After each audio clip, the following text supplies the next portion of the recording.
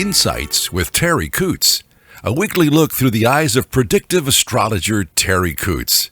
Here's Terri. Hi everyone, this is Terri, and you're listening to Insights with Terri Coots. Thank you for joining me and sharing your time with me for the week of June the 30th through July the 7th. I hope you all have and had a wonderful long weekend, really good long weekend. And again, thank you for taking the time to listen. There's been so much going on. It's hard to know where to start. All through the week, I get ideas of what the podcast is going to be like, what the universe might want to share with everybody, and it changes from minute to minute. So I have absolutely nothing to do with the information that's imparted to you and for you. So put on your seatbelts and here we go. Now, a caveat here. I'm training a little, I won't call her completely feral, but she's a little parrotlet, and she's not 30 grams heavy, tinier than my thumb, and was hand tamed and is not tame anymore, but she has come along in the last week or so. So she's joining us for this podcast, and I have no idea if she's going to contribute and if she does, what she'll contribute. She has a beautiful voice when she wants to use it. I heard it for the first time yesterday. One of the clients that came for a reading had a wonderful, wonderful energy, and I could hear her talking for the first time. Not talking, I shouldn't say that. Vocalizing, I'll say that. So she has a beautiful little sound to her, and I was so thrilled to hear her voice for the first time. So while I'm doing this podcast for you, she's sitting on my pencil case, looking at the recorder, thinking it's very suspicious.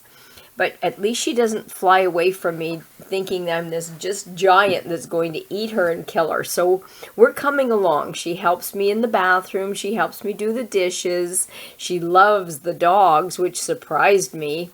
And the dogs are fine with her. They've been used to birds all their life. So it's coming along. And I love working with animals that, sorry about the phone. I meant to change those settings.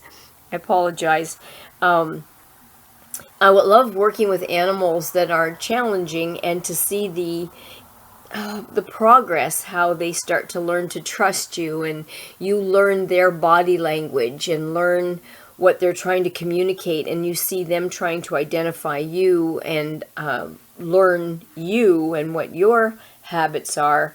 It's just such an amazing exchange, because words can't help each other. It's a different communication skill, and it's a different communication between the birds and the dogs and the cats and the turkeys and the chickens, and everybody's different. So you have to learn different approaches to things. It's just, to me, absolutely, well, I have no human words. It just feels so good to be able to do that. So she's joining us. I hope she's not noisy. I don't think she will be, but she's fascinated by the recorder. So, to begin with, I guess it's on a good note, and that's a good segue, love. Our sun sign is in Cancer, which is the epitome of love. And Mercury, the planet of the mind, how we think, how we communicate, that's in Cancer as well. So that is love. And Venus, the planet of love and beauty and attraction, is as well in Cancer. So we have the first signs of the 5 zodiac signs that I address, the major ones, are in the position of love and home and loyalty and caring and all of those wonderful, warm and fuzzy feelings that you get from people that you care about and care for you. So this is my fun time. Most of the dogs that have really meant something to me, I mean, all my dogs mean something to me. All my animals do. But you know how some just nail you? They just nail you. Usually are born in the July, end of June, July, Cancer kind of energy. So It's not unusual for me to be all nostalgic and warm and fuzzy during this time. It's just such a loving time for me anyway. And I experience it. I receive it and I try to share it. Now Mercury, the planet of the mind and how we process, will be changing to Leo on the 3rd. That's July the 3rd. And Venus, planet of love and beauty and attraction, will be changing to Leo on the 12th. Now, Leo's a fire sign. Not that Leo can't love. Leo can burn you right out if we're not careful. So we have to look at who we're around and what kind of projects we're going to do and what we want for our life. Because Leo is that fire sign of great energy, a protectiveness. The love of Leo is a protectiveness that can smother, because it can be possessive, it can be resource guarding, it can be jealous. So it's not. It doesn't mean to be mean. It just means that the love is so great that the fear of losing that object or that object of love, or the person that's the object of love, that they don't want to share it and they protect it so much they can smother it. So we have to watch for jealousy during that time and overprotectiveness, hovering, helicopter mom kind of thing. And then on the 21st of July, our Mars moves into Gemini, and Gemini is the thinker. So the passion, the moving towards something, will be in quest for information, for new experiences, something not boring. Boring will not be fun in any way, shape, or form, so we'll have to keep an eye on that. Don't be boring. Then the beginning of the week, as far as vulnerability of our health, Monday is in Taurus, and Taurus rules the neck, the vocal cords, the throat, and the thyroid. So if you're vulnerable in any of those areas, this could be a prime problem. So you just want to look out for that. It doesn't mean it's going to happen. It means it could happen. And if you're vulnerable, it could be putting a little bit more pressure on that and those body parts. So we just want to be aware. That's all. Then the middle of the week, we'll be looking at a vulnerability in the shoulders, the arms, the hands, the bronchial tubes, and the lungs. I don't know if you can hear, but my lungs are already practicing for that kind of an energy. I don't have the strongest lungs, and I'm trying really hard not to cough through this podcast. Thank goodness for pause buttons that we can hide it. So, neck, vocal cords, could be laryngitis, could be sounding scratchy. The throat could get sore. The lymph glands around the lower part of the jaw, and if you're not careful, that can go into bronchial tubes, lungs, your shoulders. If you've got any problems with your shoulders, can give you a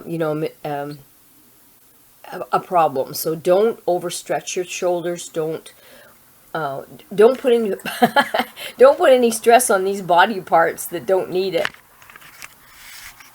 And then towards the end of the week, we're looking at the vulnerability in the stomach digestion area. Not as much as when the moon is in Cancer, but more the whole stomach, the small intestine, the large intestine. So it'd be that part of the torso. And any of the reproductive organs, female reproductive organs, the mammary glands. And now, even if you're a male, you could have issues in that part of the anatomy. I'm not sure what is proper to say. I'm not shy, so I have to be careful of other people's sensibilities. I am trying to encourage more decorum.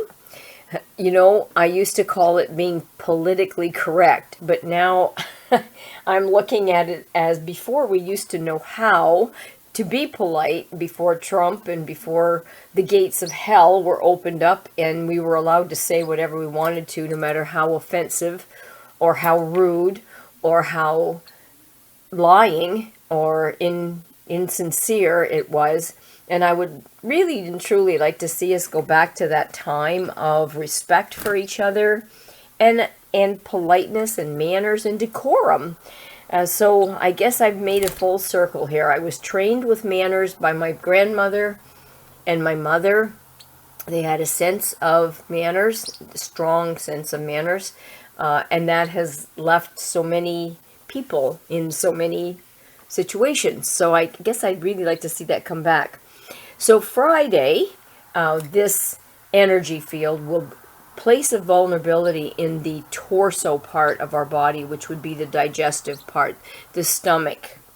And we will be very sensitive, so be really careful of your friends and yourself. The moon is in Cancer, and the sun sign's in Cancer, Mercury's in Cancer, Venus is in Cancer, as I said. And that can be really sensitive, hurt feelings, but it's very psychic and very intuitive. So it will offer us the opportunity to intuitively feel and know what other people are going through and be compassionate and caring if that's what you'd like to do. So big opportunities there, always opportunities, isn't there? And the number that was given to us, that little flitting around, is my little elf. Her name is Elf. She's very, very green. And I sing the It's Great to Be Green song that Kermit the Frog used to sing to her. So I think she's getting a little, not antsy, she's getting interested. So I can hear her starting to talk a little. So the number that was given to us for this week is number 7. And 7 combined with where the planets are is an opportunity to realize our potential. Now, we have to work hard for that. We have to work towards improving ourselves. But it's an opportunity to really maximize that, to find out what you're good at, to take that and then look at where you want to go with that. I'm using it right now because I had a heads up, right? A couple of the dogs that I have that I had in for training that I brought in from California and Washington are getting ready to move to their forever home. And I had to look at what their potential is. And I've got 2 that will be extremely good service dogs in the emotional support field and or service. So looking at the number 7 with where the planets are, it helped me really, really scrutinize and feel comfortable with the decision that these dogs will make great therapy dogs for the person's own needs, or using them in St. John's Ambulance, for the schools, for old age homes. I don't think you call it that anymore. Retirement centers, I don't know. Decorum, sorry. Hospitals, anything like that. So these dogs are phenomenal. And with this energy that is around us, it helped me to see it more clearly. And surprisingly, as loyal and attached as Cancer makes us and allows us to be, it's also allowed me the energy to love enough to be able to let these guys go, and know that you would understand how very difficult it is for me and for other people that do the training as well, to spend so much time with these animals and train them and see them come along from maybe death row, some of them, a lot of them are pulled out of kill shelters, and nurture them and turn them into these phenomenal creatures ready to serve. They show up to serve. No matter what they went through, they're ready to serve. So if you know somebody that needs a support animal, please, please, please don't hesitate to get in touch with me, and we'll be matchmakers. We'll be people that matchmake. So the number 7 allows that. Now, there is a need for friendship when you combine number 7 with the Cancer energy. Sometimes there's marriage and partnerships that can get complicated with this because it's such a sensitive energy. We want to be independent, but again, we want to be supported and loved. This can also encourage unexpected changes in our life. So we have to be aware of that. And please, please, please don't force anything. The combination of the energy right now doesn't lean towards force. It leans towards a gentle approach to things. So just like my little elf here, if I went starting to grab elf and be a little, and I was on an agenda or a time schedule, wouldn't work for her. I've had to let her discover me. So if I have millet in my hand, instead of shoving it in her face, which is birdie crack, they love millet, I have to hold it a little away from her so I know that she can understand that it's there, but she has to walk towards it rather than me shoving it towards her, which means I am being attentive to what their needs are. So if she tucks and looks like she's being threatened or fearful or doesn't want it, then I have to be respectful, or I end up with a biting bird, which I don't want. So you can't force anything with number 7. So in order to succeed, it's going to be really necessary in the next little bit to communicate with others, to experience life, to develop that self-confidence. Friendships and relationships will play an absolutely major role in this. So don't be afraid to stick your toes in the water here. There will be an ability to implement the moving forward or moving towards our material goals. It's going to be difficult, right? It really is. It's not easy. And but money can come in unexpected ways during this time. So it's a really good energy field. This is an energy field that loves mountains or loves water. It's a water sign. And the mountain part, I think, is the... Oh, there she goes. The mountain part is maybe the water on the caps. Oh, that's only the second time I've heard her. So you guys, I bet you Kathleen Olette is listening to this podcast, because she's the one that got the bird singing in the first place. So Kathleen, if you get to listen to the podcast, you're responsible for the little chirping.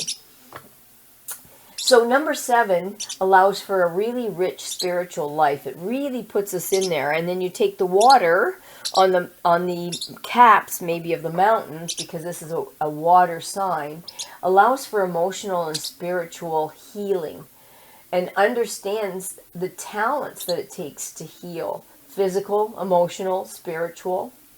The weakness of this energy would be loneliness. This is one energy that just loves to be with people and things that love us. And I am really using this energy to tame this little bird, and it's going 100 times faster than it would under other zodiac signs. So that tells you something. And then again, the weakness again would be excessive pessimism and maybe a curtness, which I find strange, because when it's such a loving energy, how can a person be cranky and curt? But maybe it's the direct opposite, and that's what happens. I don't understand. God didn't put me in charge. I'm just supposed to follow color within the lines, I guess. And we have to be careful not to be too proud, and that would make us inaccessible. So we have to really, really, really watch that. The cards show the card of love upside down. So it's unconditional love upside down. So we have to be careful that, because love is the word for Cancer, and the card came up in the reading. Who knew? This card upside down means love can fall out, not come to us. So you want to make sure you don't give more than you get. We need balance. We need balance in everything. So we want to make it as balanced as possible.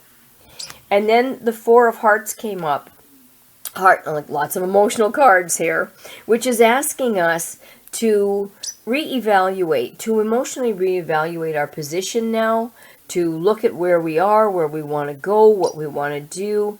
And that's going to be our task for right now, to really look at what we want to keep in our life, what we want to maybe replace, and what we want to bring in new and work with. So we're being offered that opportunity to do some really deep cleaning of our emotional space. That's a really big opportunity. And the Seven of Pentacles has presented itself, which is way too cool because number 7 was given to us, and here we have the Seven of Pentacles. Wow. Pentacles is our money, security, comforts, health, and body. And then you add the 7. What we have to look out for is frustration in our ways that we live in this physical world. Maybe we want too much. Maybe we want it too fast, so that can lend to frustration. We just want now, everything now. This is saying that we have to cultivate patience to acquire physically what we want and what we need, and to try to separate our needs from our wants. Now, those are two very different things, and we have to really look at that, try to figure out what is a want and what is a need, and how do I work with this and maintain a good balance. So this is what we have for this week. I think it's lovely energy that's being offered to us, and I mean that with LOVE, kids.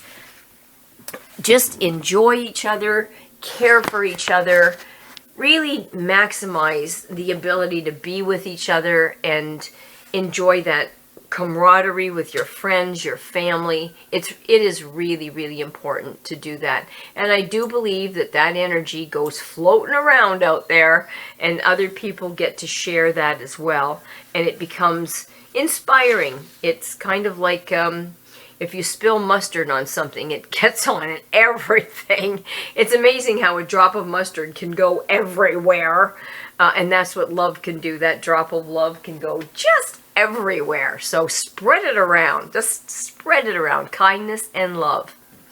On that note, I will let you go. I want to thank Charlie O'Brien from the bottom of my heart, lovingly. He puts us on Spotify podcasts, Apple iTunes podcasts, Amazon Music podcasts, SoundCloud, and YouTube. And then he'll give me the link for YouTube when he can, and I will share that on Facebook. He has also created the website www.terriworld.com, and you can visit that and listen to any of the brand new podcasts, or some of them have been archived. There are 4 or 5 of them up there. If you've missed any or you just want to refresh, you can go there and find it out. If you need any help with your animals, your dogs, your cats, your birds, your horses, let me know. I'd be happy to help you in any way that I can. And we do have dog training here all the time. So if you have a dog with behavior problems, I would be thrilled to help you. And if you need a reading, a personal reading for yourself, please call or text 519-726-6699. You have yourselves a wonderful week. Happy holiday, everybody. Enjoy each other, enjoy yourself, and we will talk, hopefully, again next week, God willing. Thanks again, everybody. Bye for now. Thanks for listening to Insights with Terri Coots. Visit Terri's website at terriworld.com, TERRI